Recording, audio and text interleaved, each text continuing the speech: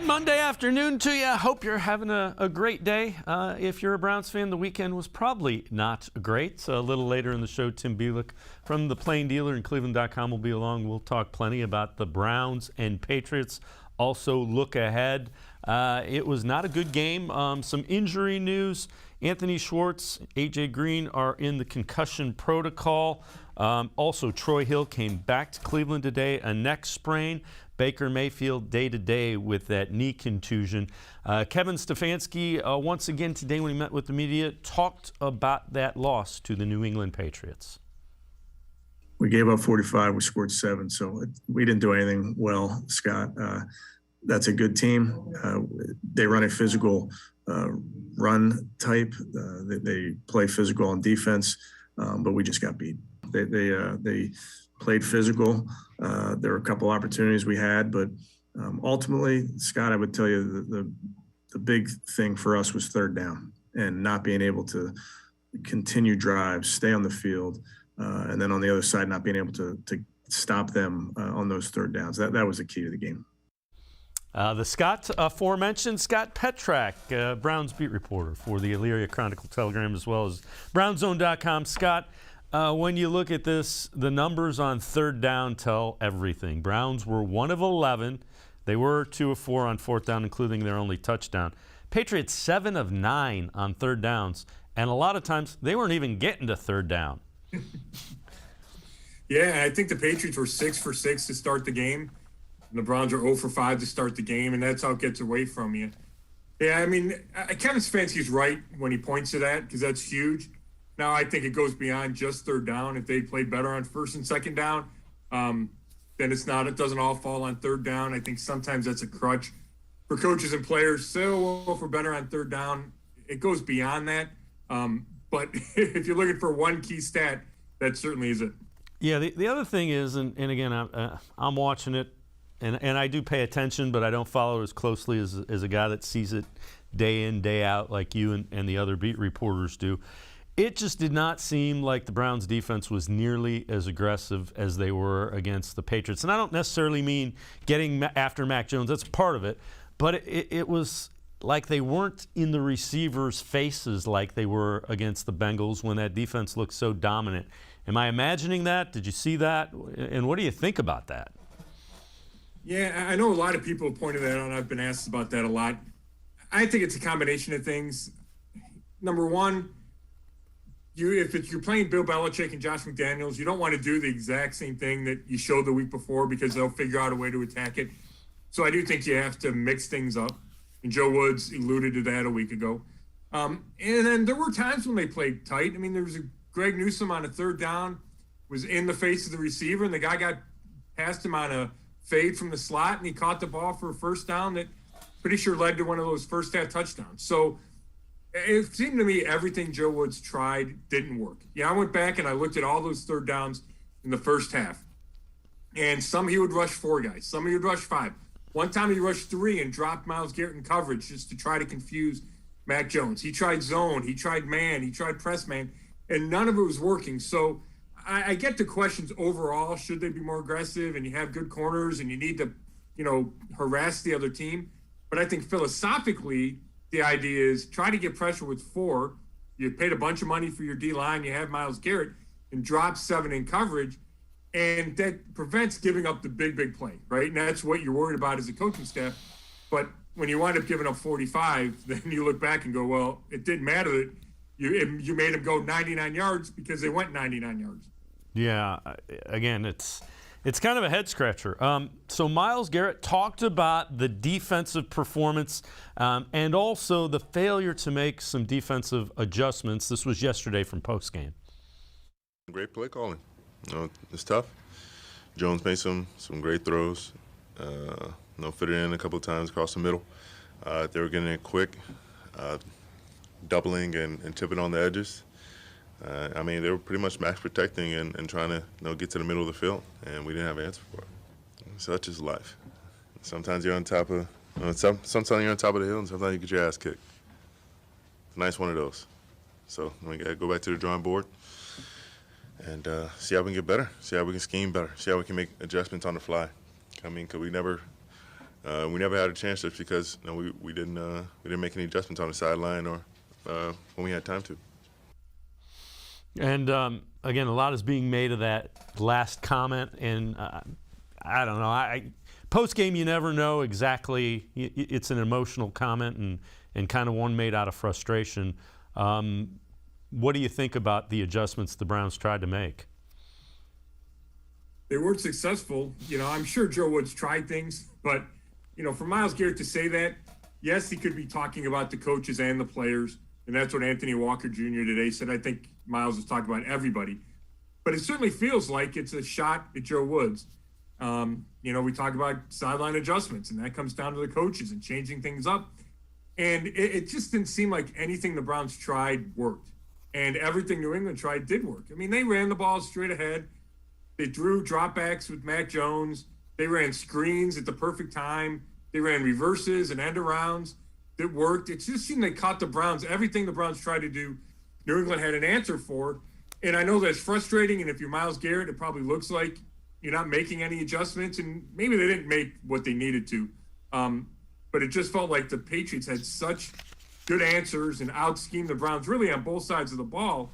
But, people have been criticizing Joe Woods for a while, and it subsides after a game like New England or even after Pittsburgh where you only give up 15 points. But then you have a game like yesterday, and all that criticism comes back, and it doesn't help when Myles Garrett, and I thought John Johnson III made a comment that could be considered a criticism of Joe Woods. And that it's not a great look, especially when, you're 5-5 and really trying to scratch and claw to save the season.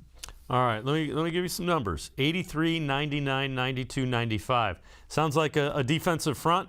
Those are the numbers of yards the Patriots went on 4 touchdown drives. Is this defense not as good as we thought it? I mean, those are, if you give up, one of those in a game, it's a lot. To give up 4 of them in the same game, is this defense just not as good as we thought it should be? Yeah, I mean, I think that's fair to say, Dave. And we're 10 weeks in, and it hasn't lived up to expectations. You've seen glimpses, right? That Chicago game where they dominated Justin Fields. The Minnesota game, they only gave up 7 points. Cincinnati, 2 long drives early, but then came back and got the big takeaways.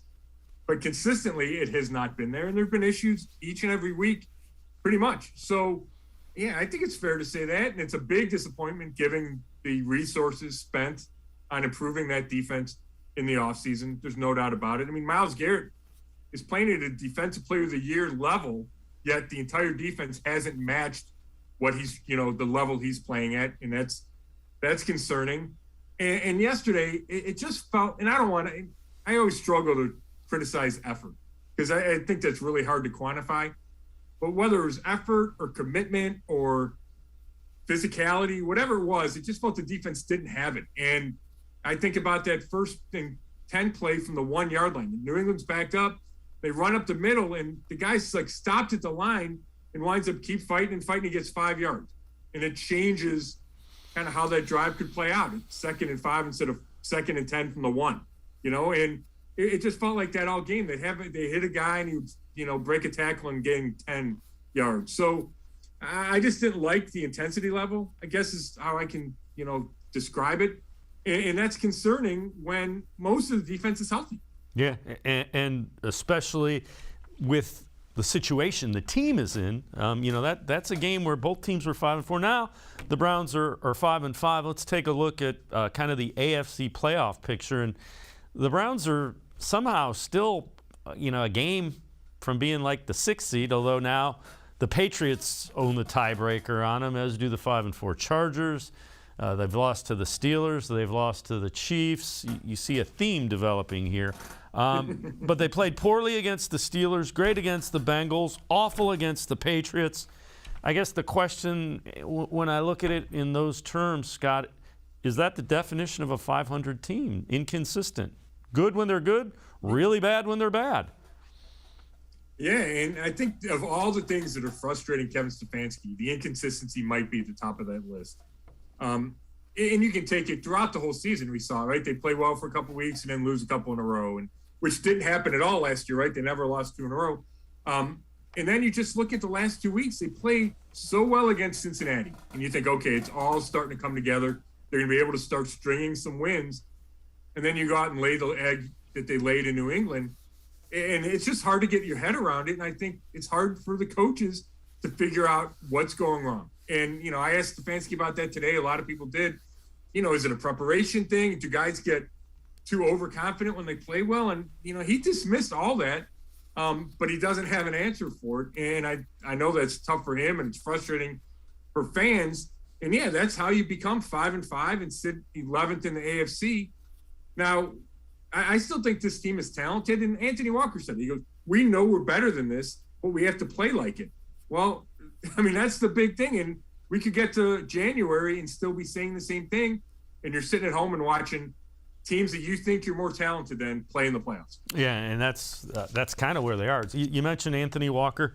He talked about the losses and kind of where this team sits right now. I hate losing, and the all losses hurt the same way. Like I said, whether we lose 3-2, 100-0, whatever it is, it hurts. It hurts to lose. You put so much time, energy, effort in. But again, that's why we play this game. That's what we signed up for, the highs, the lows. We can't ride the wave of emotion. We got to stay locked in on the process. Everything, is still out in front of us. Our division, the playoffs, everything like that. But we can't focus on that right now. We have to focus on getting better, fundamentals, details, getting to the practice field on Wednesday and cleaning it up. And then, we go on 1-0 this week against the Detroit Lions. And Scott, I have a tough time talking about playoffs with the team just because of the way they've played. And, Kevin Stefanski can't do it. It comes down to you guys got to do it out on the field at some point in time. Yeah, I'd agree with that. Now, yesterday everything went wrong. I thought the coaching was bad and thought they got out-coached on both sides of the ball. But a lot of it is execution. I think when we talk about this inconsistency, it's the mindset of the players. I have a hard time thinking that's not part of it. And whether it was the preseason expectations that everybody bought into, or you play well one week and you say, okay, this is who we really are, but you have to follow it up. And that includes practice. During the practice week, you have to practice the same way. You have to prepare the same way. And then you have to follow it through to Sunday. And that just hasn't been happening. And it certainly hasn't been happening against the better teams in the league. That's another disturbing trend, right? Cincinnati was their best win of the year. There's no doubt about it from an opponent standpoint and a how they played standpoint. But all the other teams in that playoff mix that you showed, Pittsburgh, the Chargers, the Chiefs, New England, the Browns couldn't win any of those games. So it's hard to say you are a playoff caliber team when you keep losing to playoff caliber teams. Having said that, I know what I thought of this team at the beginning of the season. And that's why I keep clinging to, well, there's a chance to get to the playoffs. And I know the players feel the same way, but you have to win the games. That's what it just comes down to. Unless they start to string wins together, none of it's going to matter. Yeah, it's the margin for error is almost gone for this season right now. Scott Petrak and I are going to step aside, take a quick timeout. On the other side of the break, we'll talk a little bit about Baker Mayfield. Struggled against the Patriots, as did many of the Browns. Sports4CLE will be right back. Stay with us. Welcome back. Back to new friends, new classroom, and learning new things. Back to wearing shoes, man, like real shoes. Back to rushing to class. Back to having questions. Lots of questions. Back to vending machine dinners. Back to too much caffeine, too late at night, but feeling like it was a night well spent. Back to pursuing your dreams and taking control of your future. Come back to go forward. Try C, where futures begin.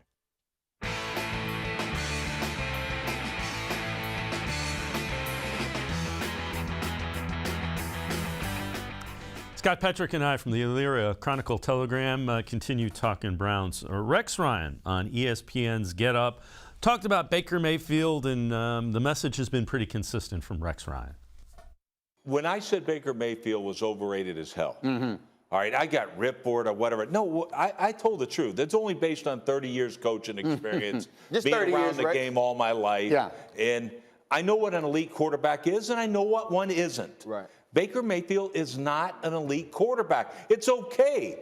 Baker Mayfield doesn't lose games for you, but he doesn't win games for you either. All right, his rankings are in the 20s in almost every single category. Against man coverage, this was a disaster matchup coming in.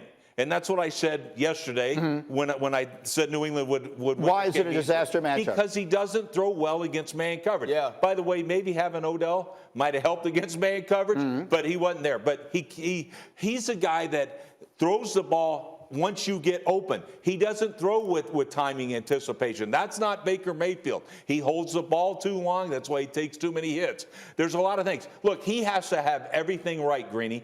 Yep. All right? What is right? Well, having 2 Pro Bowl running backs is right, but guess what? They weren't there. Now, Dearness Johnson. Yeah, he played well. He had 100 yards rushing. Yes. Okay? You have 3 Pro Bowl offensive linemen. One of them was out. Well, guess what? I can't perform now. I only have 2 Pro Bowl offensive linemen. And Scott Petrick, I don't know how fair that is, but the Browns do have a dilemma with Baker Mayfield just because, they picked up the 5th-year option. They got to decide. He's clearly nowhere near 100%. I think the leg was bothering him a little bit more than was let on. It didn't seem like his ball had as much zip downfield. And again, I'm looking at it and just knowing what I've seen from Baker Mayfield in the past. But having said that, it's a real dilemma that they've got to decide, is this their guy? And this is almost a lost year in terms of helping them decide that. Yeah, I'd agree with that. I'd say that, however, whatever confidence level the Browns front office entered the season with, that, hey, Baker's the guy and the long-term guy, and we're going to sign him to an extension. And I thought that was high, maybe 90% that it was headed toward an extension. I certainly feel that number is way less, has declined a ton. So not only do they not have an answer regarding Baker Mayfield, I think there's even more doubt within the organization, and that's just given how the season's gone. And yes, injuries are playing a huge part in it, or a part in it. And I'm struggling to find out or kind of define for myself just how big a part the injuries have played, because, he's still on the field. Making the bad decisions isn't because you have a bad shoulder, a bad knee, or bad foot. It's just making bad decisions. And that's not affected by that.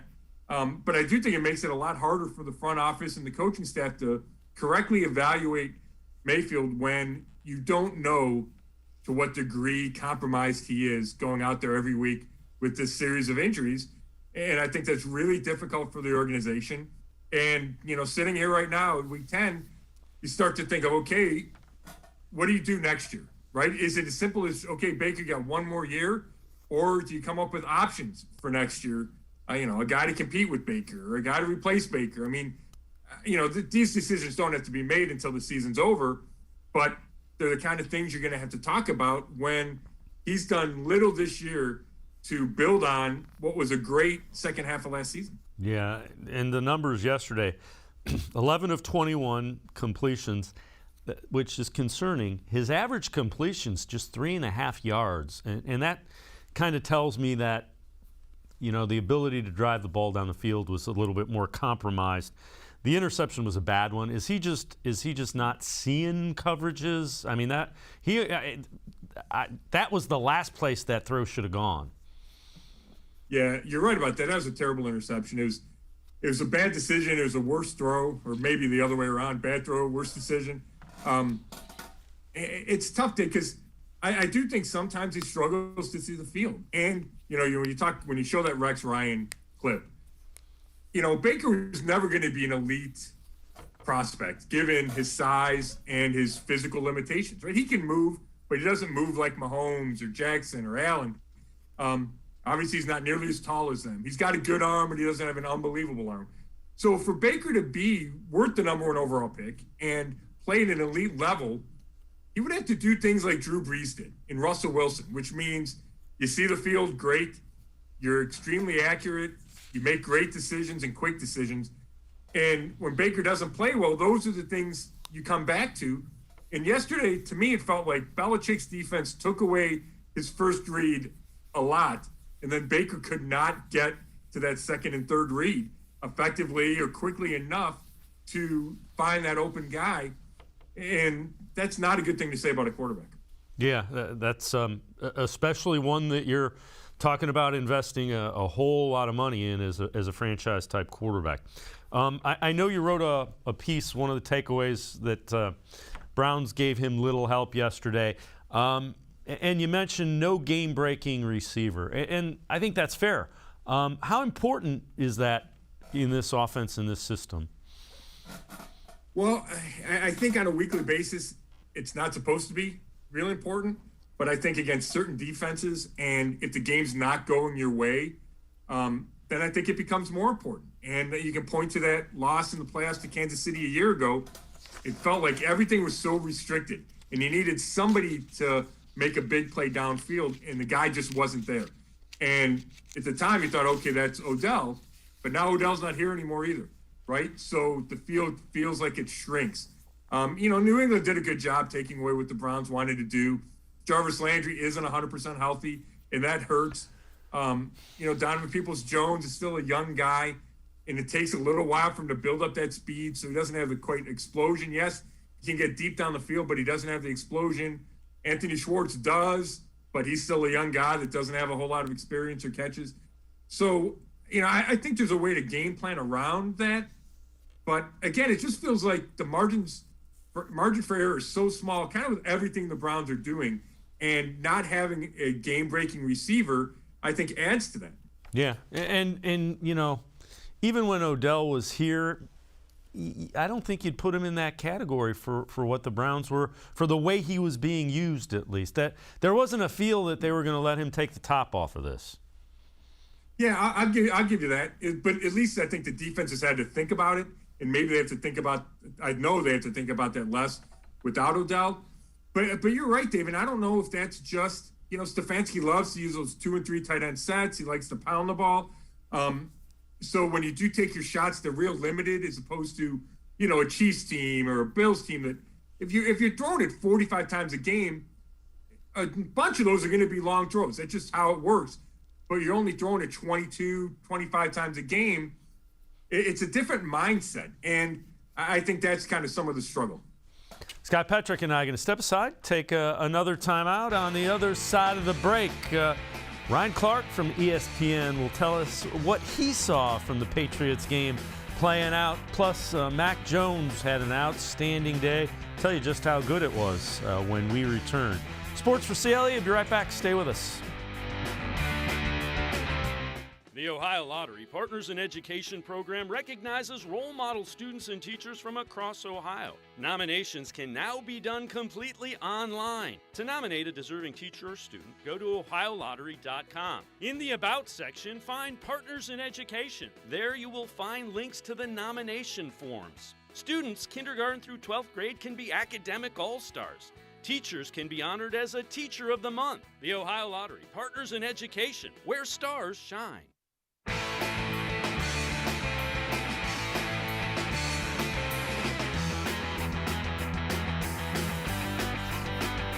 Scott Petrick and I continue to dive into a dissection of that Patriots loss by the Browns. Ryan Clark on ESPN's Get Up on what the Patriots and Browns game, what he saw, and both teams kind of thinking the same thing going into this game. There were two teams that wanted the exact same thing yesterday. If you're the Cleveland Browns, you walk into Gillette Stadium and you say, you know what? I want to see Baker Mayfield go out there without his starting running backs, without Odell Beckham Jr. on the outside, and I want to see him beat the New England Patriots. You know what the hell Bill Belichick wanted? The exact same thing. Yeah. He wanted you to come out there, and he wanted Baker Mayfield to beat him. He wanted Baker Mayfield without the running backs, without the linemen, without Odell Beckham Jr. on the outside to come and feel dangerous. He wanted Baker Mayfield to push the ball down the football field. He wanted everything that the Cleveland Browns needed to succeed on the right shoulder of Baker Mayfield. And you know what? We got what we got. We got what we had been expecting. And Dan Orlovsky didn't get to tweet out yesterday, well, I guess it was a tough day for the Baker Mayfield sucks crowd. You know why? Because that crowd was dancing. That crowd was feeling dangerous like Travis Kelce. And Scott Petrick, it was not a good day for Baker Mayfield. I mean, that was probably one of his worst performances in a Browns uniform. Yeah, I mean, the yardage for sure, right? 50% of his passes completed, 73 yards. The pick, and I think that's what we've come to at this point in the season. And again, injuries are playing a factor. But defenses are daring Baker to beat them. And when he makes some big throws like he did against the Bengals, then that happens. And when he doesn't, then it can get ugly. And it's frustrating, for the Browns, because I'm sure Kevin Stefanski, it limits what he can do as a play caller if you're not exactly sure you can trust your quarterback from a week-to-week basis, whether or not he's throwing it well, whether or not he's seeing it well, how he's feeling. But yeah, when you talk about the long-term with Baker, it's games like this that really make you question whether or not he can be that guy. Yeah, and, again, I want him to succeed because the Browns need a franchise quarterback, but I'm just not sure that he's the guy right now. All right, Mac Jones, a rookie quarterback, and take a look at what he did. 10-plus yards down the field against the Browns. Perfect passer rating, 158.3. And again, that's more condemning of the Browns' defense and allowing him the time to throw 10 yards down the field. I mean, the guys that are receiving for him in Aguilar and Kendrick Bourne, I mean, they're solid NFL receivers, but I don't think anybody put them in superstar category. No, to me, it felt like the Browns and the Patriots had the same kind of receiving core, right? Nobody that blows you away. I would still take Jarvis Landry out of all those guys. I know he's hurt, so that affects it. But so if they're equal, then you get to Sunday and one receiving core plays way better than the other. So it comes down to executing in the moment. Your quarterback's got to give you a chance. And Mac Jones gave these guys a chance to make plays, and then they made them, right? We talk about that slot fade that beat Newsome. The touchdown to Bourne where, Troy Hill was a step behind, but it wasn't terrible coverage. John Johnson III is coming over to hit him, and Jones takes a chance and fits it in, and the guy makes a great catch. And you just didn't see that from the other side, whether it was Baker fitting a ball in or the Browns receivers making plays. And none of them were down the field shots, really. But down the field, Jones had a drop early. Njoku had 2 drops. So, yeah, I thought that was huge, the receivers helping him out. But then Mac Jones is impressive. And I went back and watched the last 2 games before the Browns game, and he stands in the pocket. He makes good decisions. He makes quick decisions. Feels like he does exactly what McDaniels and Belichick want him to do. He's a good player, and obviously it's still really early in his career, but there's a lot to like there. Yeah, and he has that feel in the pocket that you like to see from a young guy, too, kind of moving up in it. All right, in 14 games, when an opposing team has 50 or more rush yards better than the Browns, Browns are 0-14 with Baker Mayfield as their starter. Shannon Sharp talked about that as well as what he saw yesterday from Baker Mayfield and Mac Jones. When Baker Mayfield teams gets outrushed by, I think it's 50 yards, Steven, I was looking up the stat. Do you know he's 0-14? Average margin of victory is 27 points in defeat. That's Baker Mayfield. What I've told you, he's a complimentary piece. First rounder, being selected first overall does not make you elite. Even though you won a Heisman and even though Skip Bayless banks on you, believes in you.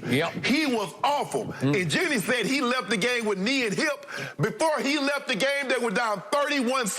People, y'all at home, y'all notice this? Now, y'all didn't hear anything about no labrum. Y'all didn't hear nothing about no broken shoulder last week when he hung 41 on Cincinnati. This week, no. He sucked it up. Now, guess what? Gutted it out. The Patriots just listed Mac Jones on the injury report. But he broke his foot off in Baker Mayfield butt. Wop, wop, wop, wop. He on the injury report. Now, he's listed as doubtful for this week on a Thursday night game. Okay. So, I mean, it is an interesting stat about when the Browns get outrushed. It shows you how important the run game is to Baker Mayfield being successful. Yeah, and that's how the Browns are set up, right? I mean, they're set up to run the ball a bunch and to dominate on the ground and control the clock and all those things. So I think that plays hand in hand. That stat, to me, is not shocking. Now, does it show that Baker Mayfield doesn't tend to overcome that? Yes. Does he not take over games? Yes. And this is, and I think we've established that Baker's not elite, right? Everybody's saying it. He certainly hasn't played to an elite level for most of this year. If he did maybe for the last 7 or 8 games a year ago, you can make an argument that he was getting closer. but is not built upon that, like we talked about. But I do think it's interesting when you talk about Stefanski's offense and his system and his philosophy. I'm not sure he needs an elite quarterback. Obviously, that would help. But it's built to have a quarterback complement the run game and do all those things. And which is why Baker might be able to succeed in this offense. But again, when things go south and you're losing by 17 points, then it's a lot. Number one, it's tougher for the quarterback. And Baker hasn't shown that he can lead that comeback. Number two, if you don't throw it that much all the time, then it's really a change in philosophy. All of a sudden in the third quarter, it's, hey, instead of play action and misdirections and bootlegs, we're going to drop back and sling it. I think that's a tough switch to flip. And I just think, I'm not sure if Stefanski needs to change that, needs to change the philosophy overall or built in something different. But I think if it doesn't go the Browns' way, according to plan, it certainly is tough for them to make any kind of rally or win a different way, win with a different formula. Yeah, I think that's fair. And look at how successful first drives have been with those scripted plays. And then once the defense reacts, there has to be a switching and a counterpunch, if you will. All right, I want you to take a look at this. You mentioned Drew Brees earlier, Scott. One of our followers, Christ Tiger, posted this, sent it to us, and it's a comparison to Drew Brees. Similar size, both from Texas, not highly recruited, best QB in college. First year starting, team improved. Second year starting, they regressed.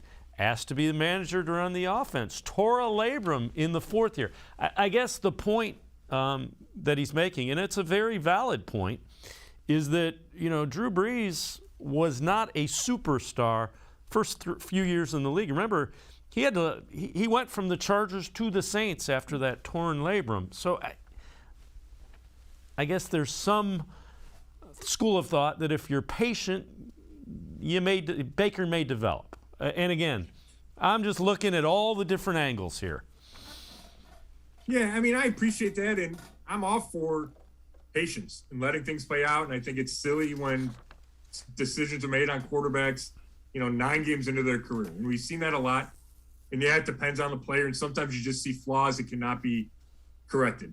Having said that, I struggle with that Brees-Mayfield comparison because of some of the reasons I mentioned earlier. I mean, Brees is so accurate. He's might be the hardest worker, in the last 20 years in the league, right? He's incredibly smart. And I'm not saying Baker's not those things, but he hasn't shown that he is at an elite level, those things. And that's what made Brees who he was, because he was never the athlete or had the arm strength or any of that. But something separated Drew Brees from everybody else. And I'm still waiting to see something that separates Baker from everybody else. What's that elite character trait that he has? And, maybe some people would point to leadership.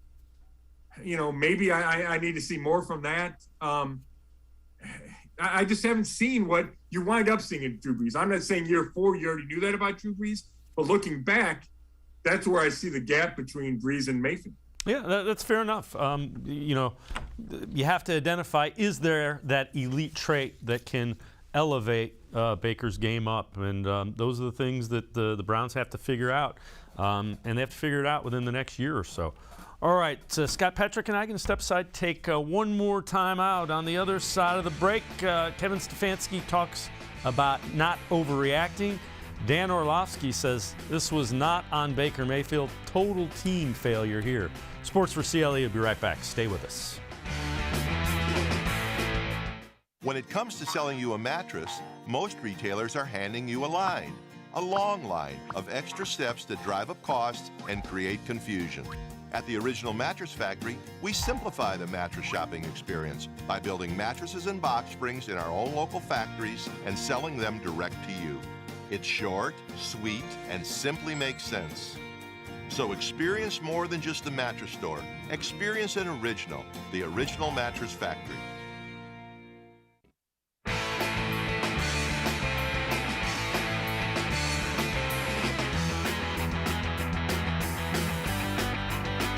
Scott Petrick and I continue to talk Browns Patriots. All right, Dan Orlovsky from ESPN's Get Up had this to say about the Browns Patriots game. Listen, this football team was embarrassed yesterday on every phase of the game. Baker Mayfield played poorly.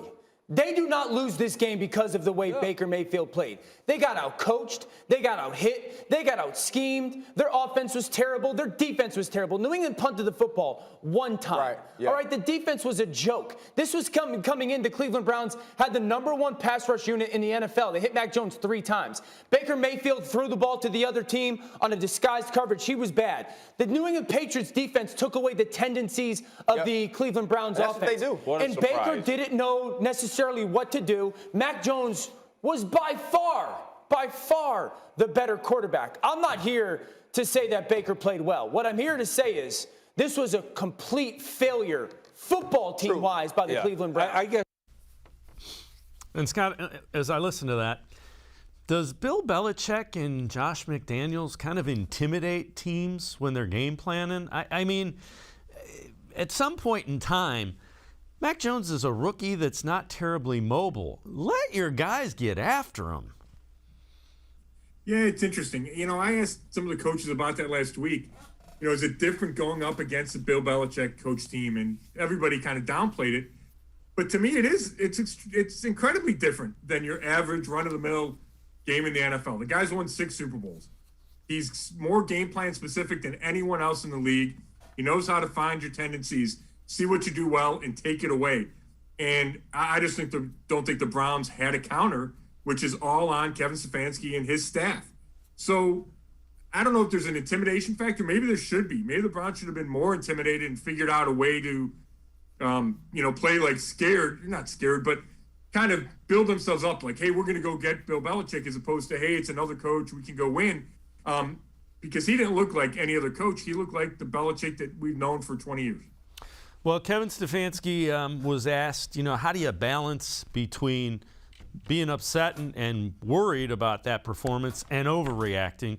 Here's Kevin Stefanski on that topic. Yeah, I think win, lose, or draw, Jeff, you always want to properly react. I think you want to make sure that anything that came up short, you want to own it and understand why. Because as we all know, sometimes you win those games and there's something that you didn't do so well, and you can't let that slide. So even after a win, you have to make corrections. So that's what today's about. That's what Mondays are always about, owning it, learning from it, and then we have to move on. Thank you, Jeff. They may need a separate day for corrections on that one, because there's a lot of them. Yeah, there's no doubt. And, I know fans want Stefanski to, be more angry and take more responsibility. Although, he takes responsibility, but they want different answers and they want some more emotion. But the reality is, this is how the NFL works, is you can't dwell on one loss for too long or it'll turn into more than one loss. And, you only have to look at Dallas a week ago. They got killed by Denver. They were down 30-0. They come out yesterday and they, blow out Atlanta. So it is a league where you can make turnaround in 1 week. And we saw it from good to bad for the Browns a week ago. Now's a chance to go from bad to good. What was concerning, it's not just the one game. Like we talked about, it's over 10 games. They've shown this inconsistency. They've shown an inability to string good performances. And to me, that's where the bigger issue is than just one really, really bad clunker against the Patriots. And the other thing is, so the Lions coming up, and it's a team that's not exceedingly talented, but this team plays. They ended up playing to a tie with the Steelers. Again, Ben Roethlisberger out, it was Mason Rudolph. But it's a team that has played hard and could have a couple of wins very easily. One of them against the Ravens. Right. Yeah, I was going to say that. If you're Kevin Stefanski and you're worried that your team's going to take the Lions lightly, which you shouldn't be coming off that Patriots game, you shouldn't be at 5-5. But if that were a concern, all you should have to do is show them that Ravens tape and say, hey, there was a 66-yard field goal or whatever it was from beating the best team in our division. So the Browns cannot take them lightly. I expect the Browns to play better. How could they play any worse? But it's going to have to be significantly better than in New England to beat Detroit. They cannot just show up and expect to beat Detroit, or else this season will go off the rails. Yeah, and the advantage is you got the Lions, then you got the bye, then it's the Ravens, or the Lions than the Ravens than the bye. I'm sorry. So you got to get things together pretty quickly. Well, I mean, those two games against the Ravens are going to be the story of the season, right? That gives it. They still have a chance to win the division if they sweep the Ravens, right? That's how it feels to me. So yeah, they need to win against Detroit, get some momentum, get some good feelings back, and then get ready to go play Baltimore on a Sunday night in Baltimore and win that game. Because if you do that and you get to the bye at 7-5, having beaten Baltimore, then I think there's a chance. Okay, we can still save this, salvage this season. But if you're at 6-6 and you're 2.5 games back in the division, it's going to be awfully hard to salvage anything over those final it's 5 games now. Yeah, and so you're at 5-5. You've got 7 left, and you need to finish significantly better than you have been up to this point of the season. Yeah, 5-2 at the least, right? There's no way you get in the playoffs without being 10-7, and 10-7's a question mark. So you got to get to 10, and it'd be if you could win the last 4 division games, then all of a sudden you can seriously talk about finding a way into the playoffs, because winning the North might be the easiest way to get in. Yeah, and especially because they're not going to have any of the tiebreakers against the teams that they have recently lost to. Scott Petrak from the Elyria Chronicle-Telegram. You can also read him on brownzone.com. Scott, as always, appreciate the time and the insight. Thanks very much. Thanks, Dave. All right, Scott Petrak again. Remember, you can read him Elyria Chronicle-Telegram as well as brownzone.com. We're going to step aside, take a quick time out. Tim Bielik from the Plain Dealer and cleveland.com will join us. We head to the voicemail of Truth and Reason. Some fans weighing in. Sports4CLE will be right back. Stay with us. Welcome back. Back to new friends, new classroom, and learning new things. Back to wearing shoes, man, like real shoes. Back to rushing to class. Back to having questions. Lots of questions. Back to vending machine dinners. Back to too much caffeine. Too late at night. But feeling like it was a night well spent. Back to pursuing your dreams and taking control of your future. Come back to go forward. Try C, where futures begin. The Ohio Lottery Partners in Education program recognizes role model students and teachers from across Ohio. Nominations can now be done completely online. To nominate a deserving teacher or student, go to ohiolottery.com. In the About section, find Partners in Education. There you will find links to the nomination forms. Students kindergarten through 12th grade can be academic all-stars. Teachers can be honored as a Teacher of the Month. The Ohio Lottery Partners in Education, where stars shine. I am powerful beyond my wildest imagination. I will define my future. I will keep challenging myself to improve. Because I am a future leader of this great nation. I will be responsible for raising a beautiful family.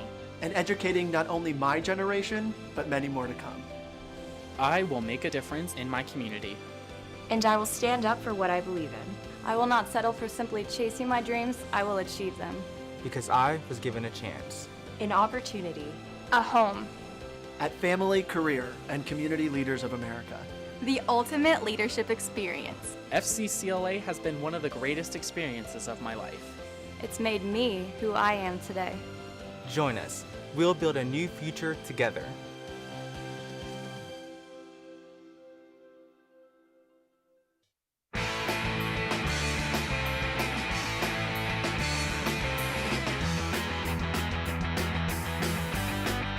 We continue to dissect the Browns' big loss to the Patriots on Sunday. Time to head to the voicemail of Truth and Reason. This one addresses in-game adjustments.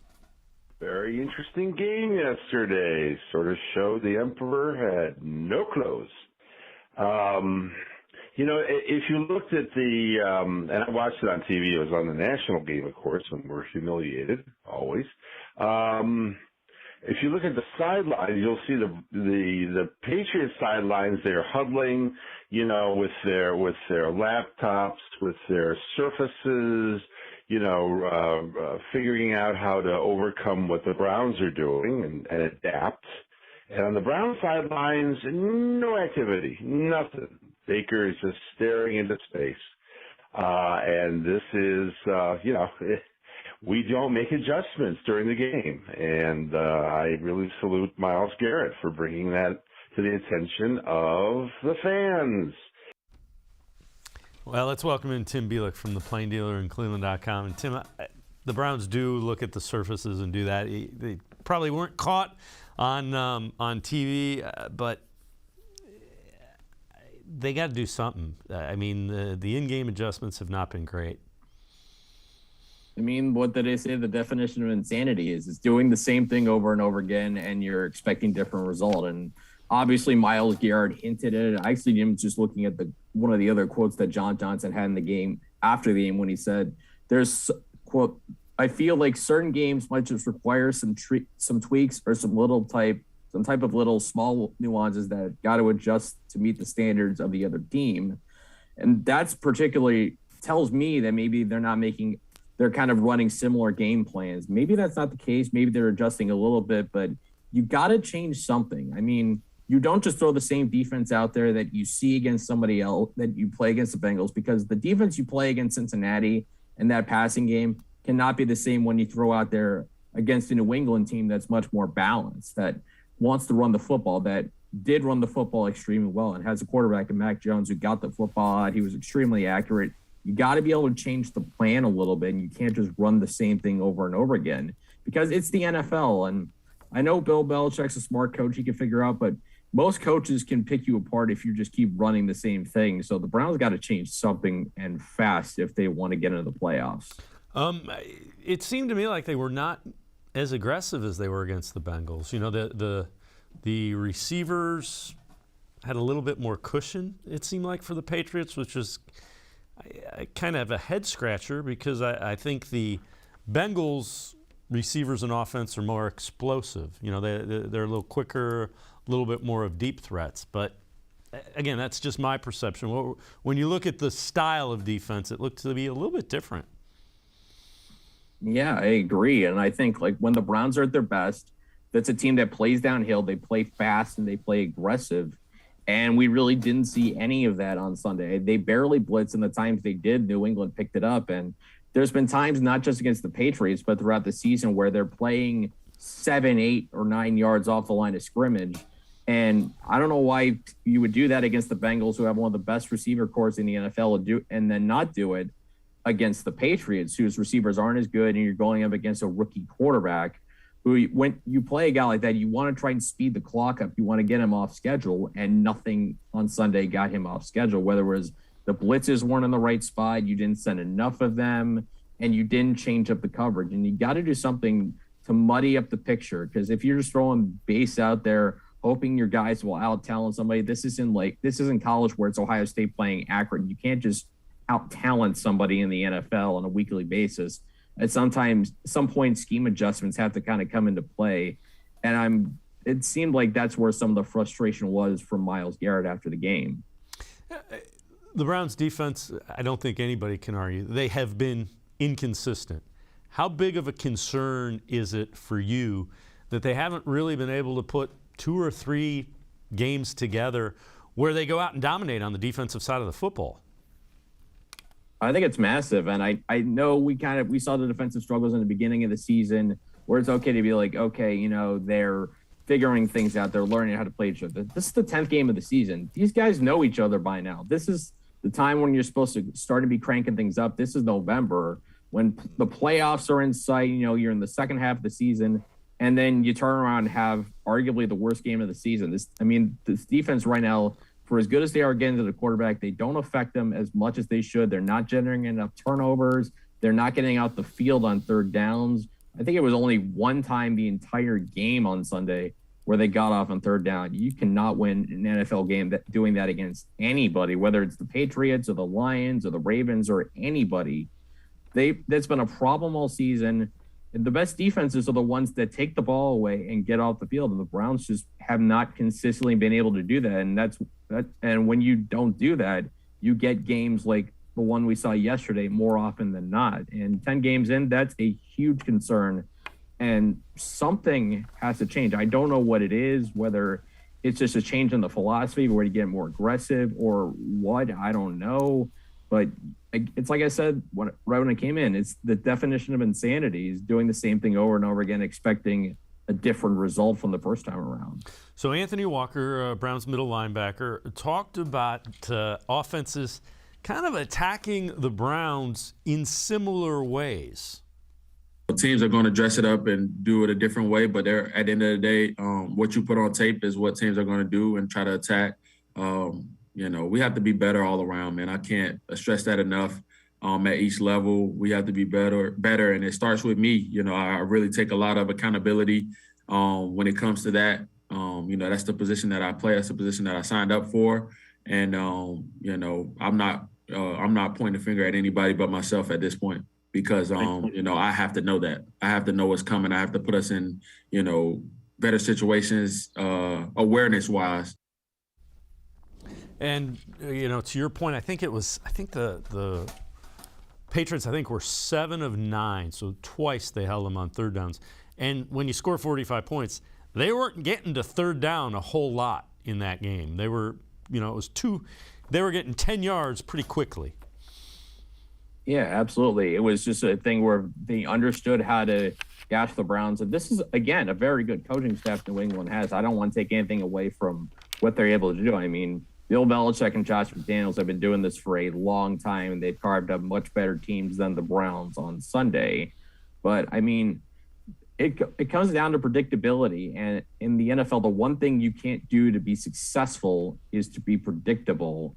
And if the same thing is happening game after game after game, as Anthony Walker mentioned, where, it's these short passes that are just kind of carving them up, the short throws, getting the ball out quick, you got to be able to make some changes. You got to do something different. Throw a wrinkle in once in a while, because the more predictable you are, the easier you're going to be to game plan against. And that's why I talk about, you got 8 games left 7 games left in the season, 5-5. You want to make the playoffs, you got to make some kind of change to the defense, the way you approach it. And the other thing that stood on Sunday, and I tweeted about this, it was hard to find guys who consistently won one-on-one matchups. And in games like that, I know I just talked a bunch about scheme and how you play as well, but at some point, you as a player, you got to win a one-on-one matchup pretty consistently. At least one guy's got to do that. And I had a hard time finding one that really did on a regular basis on Sunday. When that happens, it's another recipe that leads to giving up 45 points. Yeah, that's fair enough. Tim Bielik and I are going to step aside, take a quick timeout. On the other side of the break, we will take a look at the FPI, Football Power Index from ESPN.com, and what they say the Browns' chances are to make the playoffs. Sports4CLE, be right back. Stay with us. Welcome back. Back to new friends, new classroom, and learning new things. Back to wearing shoes, man, like real shoes. Back to rushing to class. Back to having questions. Lots of questions. Back to vending machine dinners. Back to too much caffeine, too late at night, but feeling like it was a night well spent. Back to pursuing your dreams and taking control of your future. Come back to go forward. Try C, where futures begin.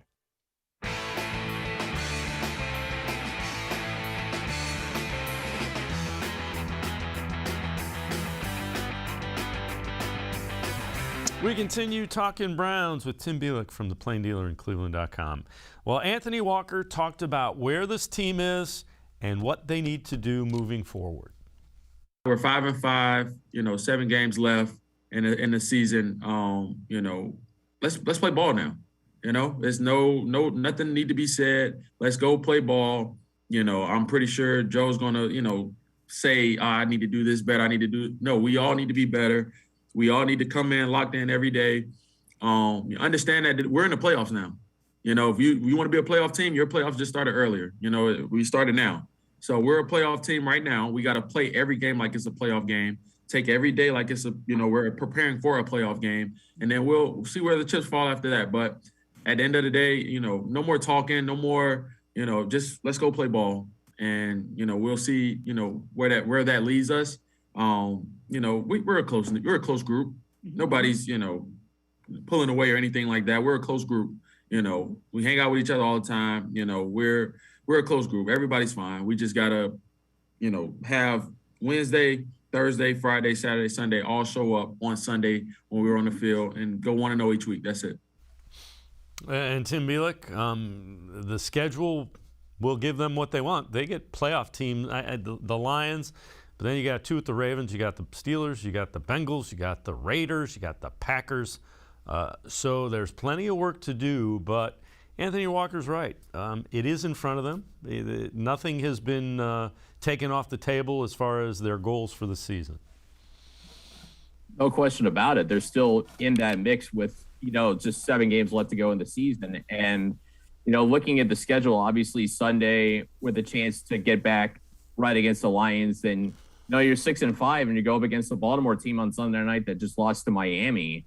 And this was a week in week 10 where really the entire division struggled. So it's clear they're only about a game and a half or so out of first place. A win in Baltimore going into the bye, and all of a sudden you're 7-5. You're right on the doorstep of the first place in the division. All of a sudden the outlook changes a bit when you got Baltimore coming in home and coming to Cleveland, and then you looking at the schedule, you got the Raiders who seem like they're starting to slide a little bit. Green Bay is going to be really tough. Pittsburgh's going to be really tough. The Bengals are always tough. And I looked at the schedules and really did a deep dive. The Browns actually had the second easiest schedule left by winning percentage among teams in this AFC North. So there's not really a team I think that's going to run away with it.